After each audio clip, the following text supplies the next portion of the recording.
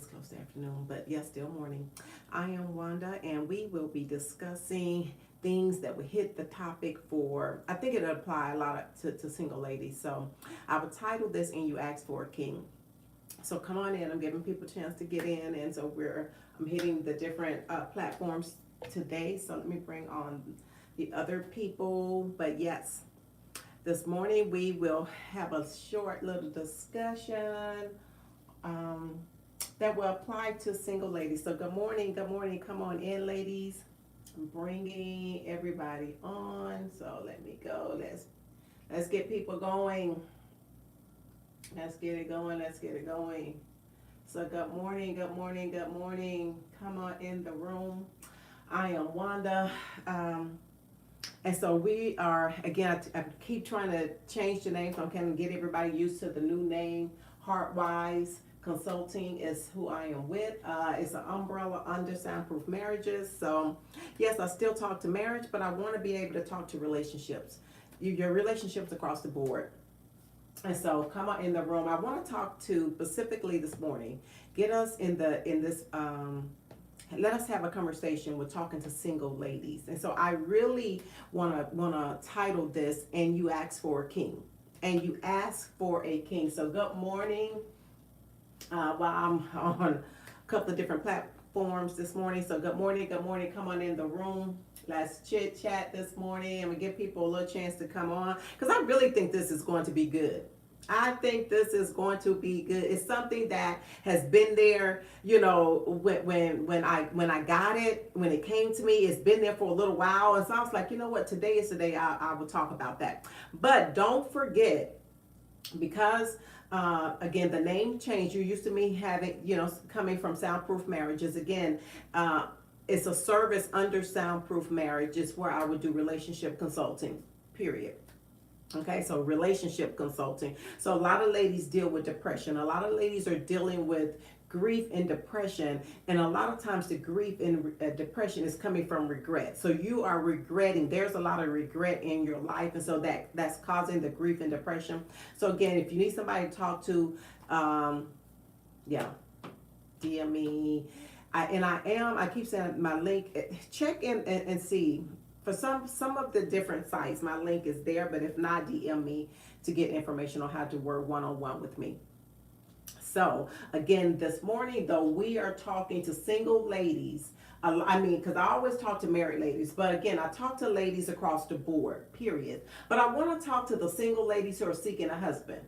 And some of my clients are single, and some of them are seeking husbands. So I want to be able to talk to single ladies seeking husbands. When I say their hearts are out there into wanting a husband, that's their heart's desire. But let me talk to you. Let's have a conversation. And I think the married ladies would benefit from this conversation as well. So, and you ask for a king. This is what this topic would be. So if y'all want to take notes, this is what you're taking notes on. And you ask for a king.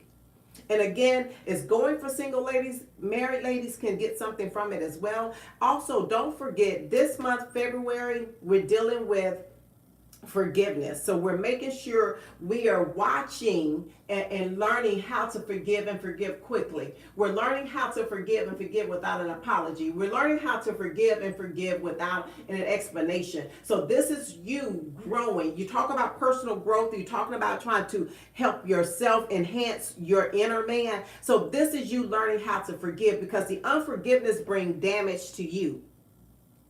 Damage comes to you when it's hard for you to forgive. Honestly, you hurt your physical body, you hurt your spiritual body, so your soul is being crushed down and weighed down. So the forgiveness that you're giving other people is for your benefit. So don't forget the month of February, and we are on at the end where we're on the 23rd, is today 23rd. So for the month of February, still work on forgiveness. Let that be in the forefront of your mind, that you are forgiving people. I don't care how long it's been since they offended you. I don't care how long it's been since they did what they did. But you are choosing to and you're making the choice to forgive. You are forgiving people. Whoever it is, make that list and check it twice, y'all. Mark it off. No, Lord, I release them. I have forgiven them. I hold nothing against them. The debt has been paid. They owe me nothing. And to say that they owe you nothing is saying that they owe you no apology. To say they owe you nothing is saying they owe you no explanation. They owe you nothing. Because if you're sitting there waiting on an explanation or an apology in order to forgive, you can be hung up. Honestly, the enemy can have you bound up, tied up, tangled up because you're waiting on an explanation, because you're waiting on an apology.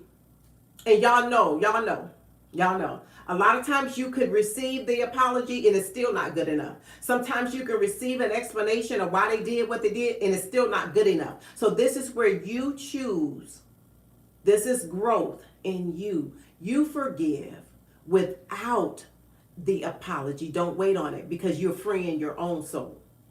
You're freeing yourself. So you forgive without an apology. You forgive without an explanation. You release them. They owe you nothing. When you truly operate that way, it's going to reflect in your actions. So some people say, I did forgive them. No, because if I sit and talk with you and to you, it's going to show some type of way in how you act if the true forgiveness is there. And so don't deceive. This is a place that self-deception will try to plant itself in you. The self-deception. Don't deceive yourself. The self-deception will be there so that you can think you have forgiven a person, but you're still holding something against them. And it's you're trying. I'm not going to say you're not trying. That's not I'm not saying you're not trying. Because you can really try, but you find it hard to be like, Lord, okay, you know what, I'm trying. Oh my gosh. And every time you see the person, think of their name, think of them, something, it just triggers something on the inside of you. The anger comes back, the disappointment comes back, the hurt that you felt comes back. And so you're trying. So no, I'm not talking about in the try. I'm talking about when you make a true decision to say, you know what, I release them. And honestly, when you make that decision, make that choice that they owe you nothing, there's no paying back. There is no payback. You know how you really want vengeance? You want vengeance. You want God to get them. And here's the trick, guys. When you want God to get them, and honestly, when God does start getting them, this is for your growth. When God does start getting them, when stuff start happening to them, these are people who offended you. When you see something coming toward them that doesn't look right, hard times, some trouble or something, and you celebrate their trouble, God moves his hands back. So God won't punish them. God won't, if you celebrate it. If your heart is where you're celebrating their hardships, their hard times, their trouble, God will lift his hands from them. And how you want him to get them? No, he does not. Because he does not want us celebrating something going wrong with them, something going bad with them. So this is, again, remember, we're keeping the forgiveness thing going for the month of February. January, you remember we talked for the whole month of pride for January. February, the whole month of forgiveness. So this is where you're really learning how to walk out forgiveness and what it truly looks like. Where your actions are going to show. It's not where you're faking it till you make it. It's not where you're trying to force yourself to smile in that person's presence. It's not where you're forcing the behavior. When it takes over and that release has come, you don't have to fake. You be like, okay, you know what? I choose to let it go. You will feel bad, and we talked through that. So again, this is what we've been dealing with for February. So that's some of the details we have. And there will be a workbook to go along with the forgiveness teaching as well. But I want to talk to the single ladies who want a husband. You're out there seeking a husband. You truly, truly, truly want a husband. You're ready to say the I do's. You're just looking for the right one. Time you get the man and you think he's the right one, something flares up and he's not the right one. You want a husband. You want a husband, but, so again, I titled this, So You Want a King. And when this came to me, I just knew it applied. I was like, oh my gosh, wait till I teach this. And so I'm gonna start on it today, and I'll hit on it a little more. But again, the married people can get something out of this. So you want a king. You're seeking a king. This is the same way Israel wanted a king. They wanted to be like everybody else. Everybody else, every other nation, all the other nations had a king over them. Israel had God as their king, basically. God ruled them. And he ruled them through the priests, but he was their headship. They looked at the other nations, and the other nations had a king. So they wanted a king, and they asked God for a king.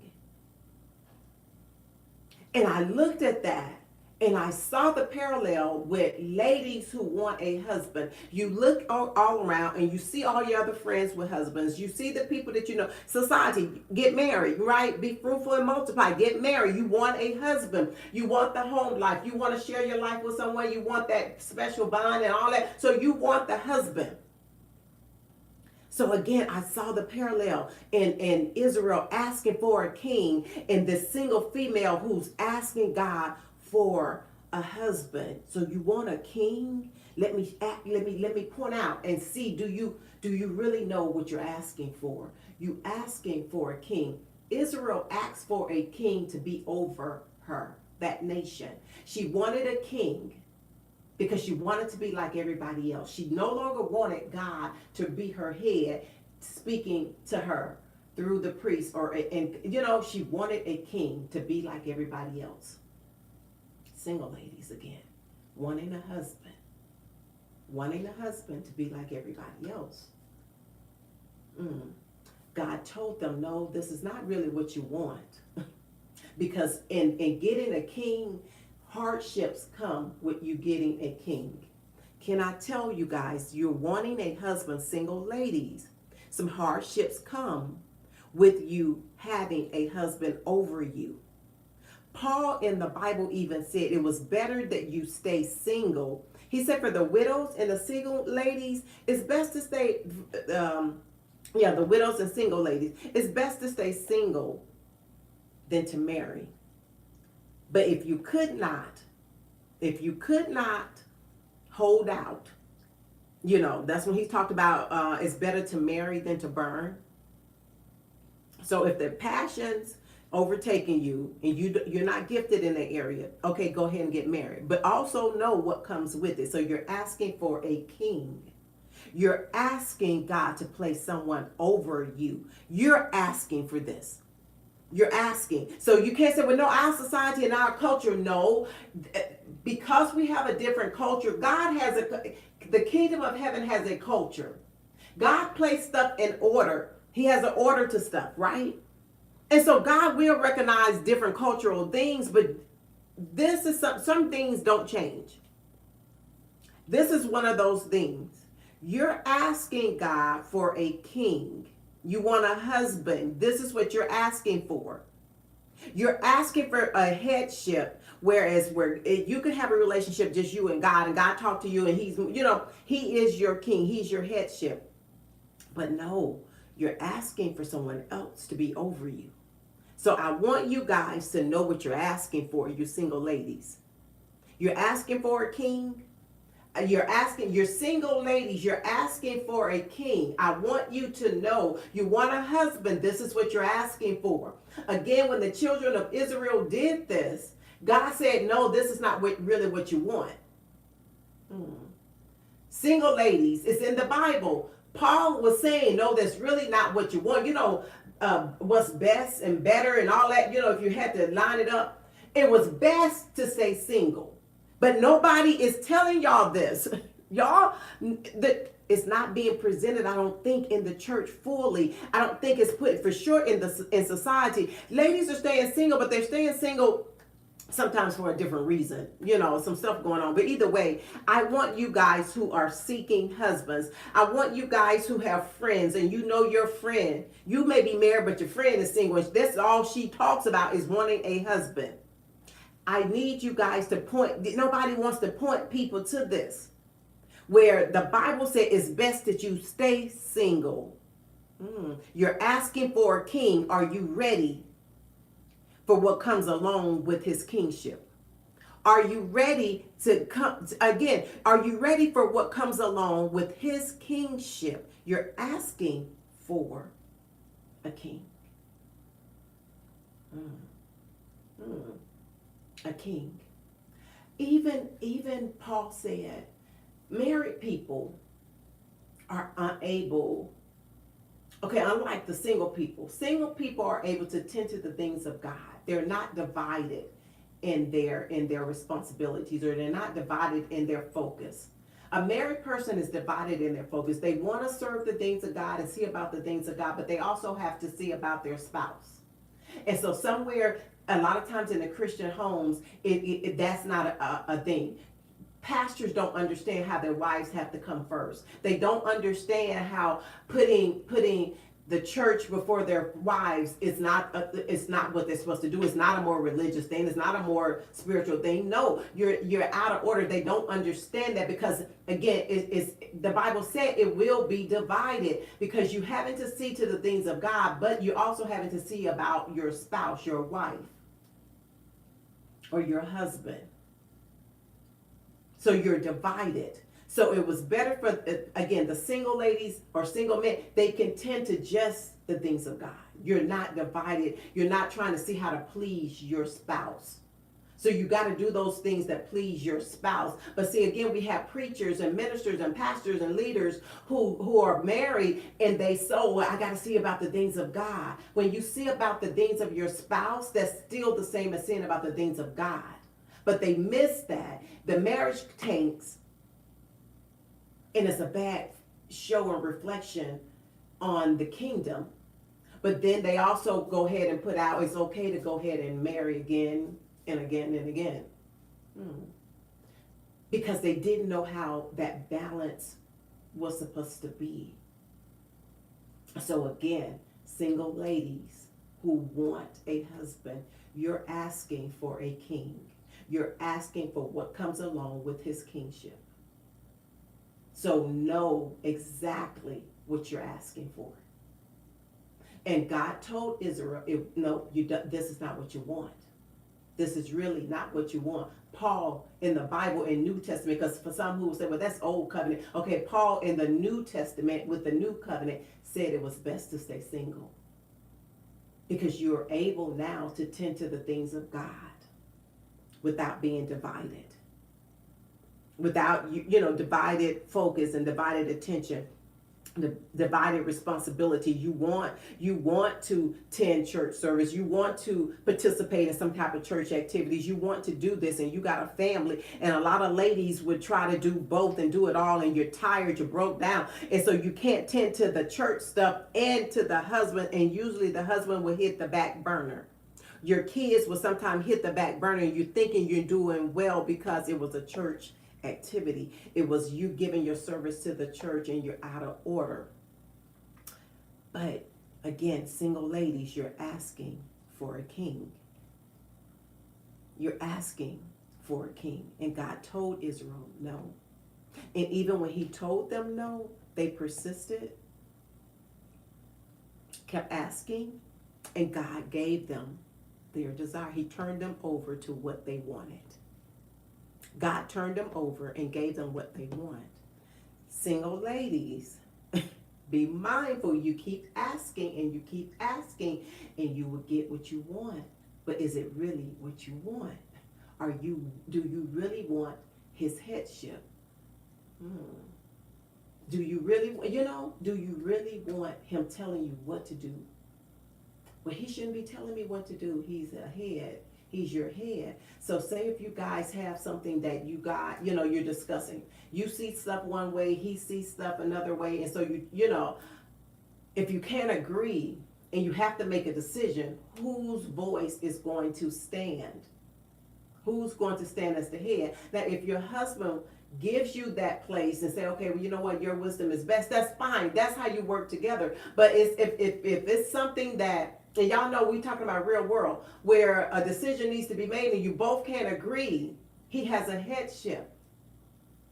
But a lot of females don't want to acknowledge his headship. And you're angry when he walks in that headship. And then you're angry if he don't. Think about that. Y'all know that's some truth. You get angry when your husband walks in his headship. And then you turn around and be angry when your husband don't walk in his headship. Isn't that something? Isn't that something? You're asking for a king. Single ladies, you're asking for someone to be over you other than Christ. Christ is over your husband. That's his headship. God gave a chain of command, an order, how he wanted the family structure to be. And your husband has a headship. His headship is Christ Jesus. You have a headship. Your headship is your husband. But if you're not married, Jesus is there. So you're not having to deal with man and all of the flaws that come with man. But when you say the I do's, you're saying I do to all the flaws that come with man. Whatever flaw your husband bring in, whatever he has, you're saying I do to that because you asked for a king. You wanted someone else there. And again, I get it. If your flesh is burning, passion, you just can't hold out. Paul did say it's better to marry than to burn. With passion, it's better to marry. So marriage is not bad. The marriage bed is undefiled, but any other bed is defiled. Can we just acknowledge that? We can't go here and act like sex outside of marriage is okay. No. We don't, and it's not even where you try to put people under the law. But guys, there still is consequences to the acts that we do, right? And we do ask for God grace and mercy, and God grace and mercy does cover us. But you don't go out and misbehave because you know you have grace. You don't go out, as my husband would say, you don't go out and run amok because you know you have grace. That's where you have to do a heart check. Somewhere you have to check your own heart because something is not right if that's your mindset. So we can't say that it's okay. Sex is okay. No, the marriage bed is undefiled. Any other sex is defiled. That means your temple, your body is being defiled. So I get it. If that's you to where you're saying, you know what? Okay, this flesh of mine, I'm gonna need to have a husband because I'm gonna need to take care of this. That's okay. I just want you to understand what you're asking for, so that you would be able to, when the enemy comes and you having problems in your marriage and stuff, you realize, I asked for a king, Lord, give me the grace to deal with all that comes with man, all the flaws that can be in us, you're included, because your husband has to deal with you. All of the flaws that comes in our flesh, you're having to deal with that. But single ladies, you have a choice. Now that you're married, you can't say, well, okay, wait, now that I have a little understanding, let me back up out of this because this is not what I want. Nope, it's too late. You've already said the I do's. That's why I'm trying to talk to the ladies who are single before you say I do, so that you know what you're saying I do too. You're asking for a king to be over you. And you be like, but I know. The Bible said be subject to one another. Yep, we are. But one does not take out the other. He also said be subject to one another, meaning your husband should. I mean, y'all come there together. However, God still has an order. And your husband's headship is over yours. And I don't care how the world tells you something different. I'm serious. I don't care how this new age society and all of that stuff tells you something different. Your husband has headship. That's the order that God put. He didn't change his mind on that. That's it. So you're asking for a king? Know what you're asking for. Know what you're asking for. And how many ladies really do ask God when they have that desire in their flesh? and you know you used to running your own life. And I'm talking about some of you ladies who are in your 30s and 40s, and you're still wanting a husband. Are you really ready for somebody to tell you how to spend, when to spend, where to go, how to go, what to do? Are you really ready to subject yourself? Are you really ready? And if that's you, okay. But honestly, know what you're asking for. Be prepared for what you're asking for. Don't go in there and say, we gonna be different. I'm gonna change this. You don't want to take your husband's headship away. And so I see a lot of ladies that I've worked with, that has been the problem. His headship was gone, removed by her. And then she wanted her husband to walk in that headship. He didn't have it. He gave it to you. And that's where I talk about where your husband would take off his crown and give it to you. Instead of him walking in his kingship, he hands it over to his wife. You're out of order. That marriage is out of alignment.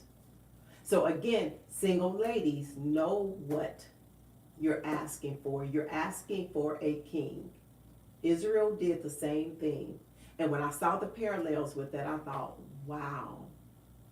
And God told her, no, this is not what you really want.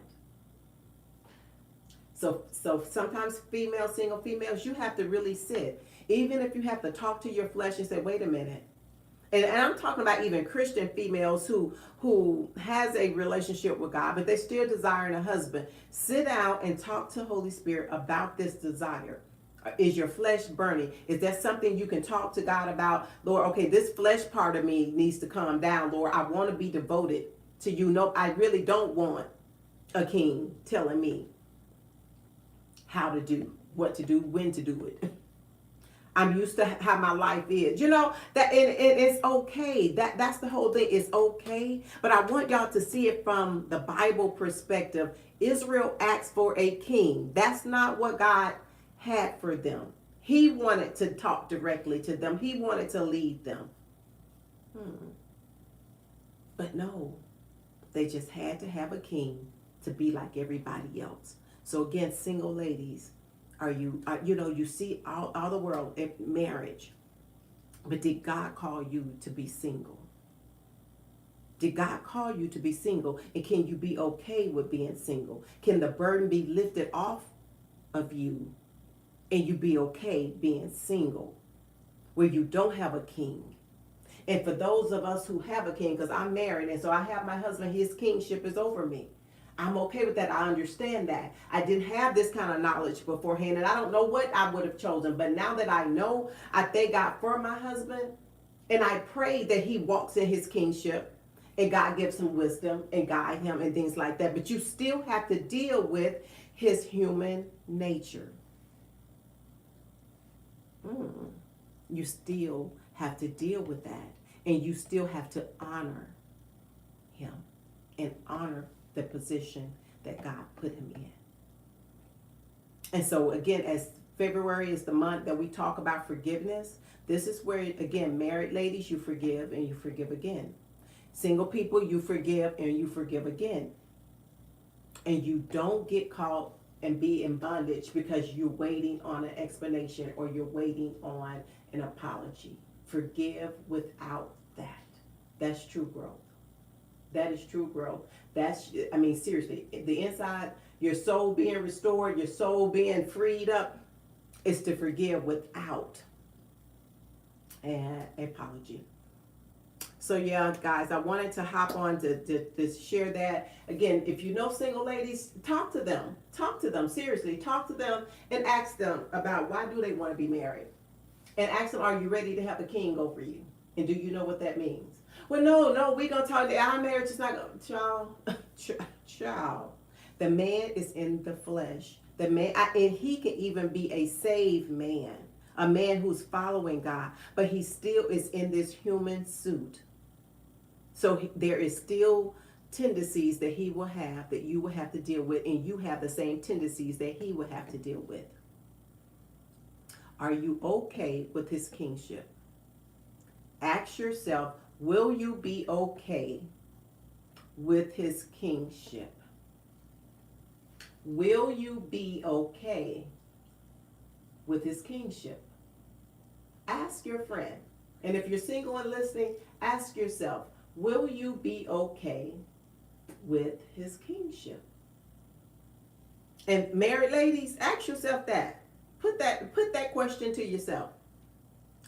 Ponder that. Will you be okay, and are you okay with your husband's kingship? And so if you need somebody to talk this out with for you married, you already said I do. And if your answer is no, I'm not okay, let's talk and see what you can do so that you can be in a good place. Because even if things are not okay in the marriage and your husband is not lining up just how you think he should, it's things that you could do that would help that marriage out, honestly. And when the world tells you you can't, there's nothing for you to do. When the world says, well, it takes two, and if he don't do it, no, it's stuff I had to find out.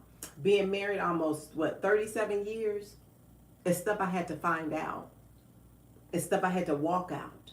So I'm telling you guys what I know. So it's things that you could do. It's honestly things that you can do to help enhance it. Not just fix yourself up and do this. No. I'm talking about stuff that will have spiritual implications, stuff that will change. And so even down to one of the smaller things is learning how to forgive. And the quicker you learn to do that, it's something you have to learn. Please hear me. It's not something that sometimes you get overnight. You know what I'm saying? It's something that you really have to learn how to walk it out. You may do okay this one time, the next time, no. Next time again, yeah. But keep stepping it through to where you will learn it. And the more you do it, it will become a little bit easier and a little bit easier. And so you learn to forgive and forgive quickly. That shuts the enemy down a lot of times. I'm serious. Where the enemy wanted to bring division between you and your husband, that quick forgiveness will shut it down. That quick forgiveness will honestly shut it down. But when the unforgiveness is there, it piles up and keep piling up. And you walk around acting as if you're okay. You walk around like it's not bothering you, but then something would trigger. And you're just sweeping it under the rug, and it's still eating away at you. Resentment will come, bitterness will come. And it will try to camouflage yourself. So honestly, guys, you have to learn how to forgive and forgive again and do it more quickly. But single ladies, know what you're saying. I do too. Know what you're saying. You asked for a king. And you're asking for a king. You keep going to God in prayer. God will sometimes move with his hands and be like, okay, this is what you asked for, and I'm going to give it to you. And you have this marriage, you have this beautiful wedding, and everything goes downhill. And you're wondering what happened to your life. You're wondering what happened to your, Lord, for real. You subjected yourself to that because you asked for a king. A king. And again, talk to yourself, examine you to see what's really going on in your desire for a husband. I'm not telling you not to get married, that marriage is so bad. Marriage can be really good, really. It really can. I'm not speaking against marriage. I'm telling you guys what's in the Word. And so a lot of people won't tell you what's there. A lot of people won't tell you that Paul said it was better to stay single than to marry. Paul had spiritual kids. So he's like, I want to have children. Now, Paul didn't have a natural wife. He wasn't married. He had spiritual sons. People he led to the Lord. They got born again or something like that, or people he discipled. Those were what was it? Timothy and Titus is who he called his sons. So I get it. I get it. I'm not speaking against marriage. Marriage is good and can be good. But just know what you're asking for. You're asking for a king. And even Israel, the first king that Israel had wasn't good. That was Saul. Saul kingship got stripped away, and then King David came. And remember, Jesus came from that line. But originally, that's not how God set it up. So what is God's original design and plan for you? And that may be the question that you have to ask God. Father, what is your original plan and design for me when it comes to marriage and anything else? And I'm talking to you single ladies, because married people, it's too late for you to be asking. You already said I do. Child, you already said it. And so a lot of people look for loopholes in getting out of their marriage. And so I have to talk to you on another time on what God said, even pertaining to that. But it's not what you think. It's not what a lot of church people are telling you. It's not what the world definitely is telling you for what God said in getting out of a marriage. So you pray, you sow right seeds, and you, again, look at your marriage as a garden. You're planting the seeds that you want to come up.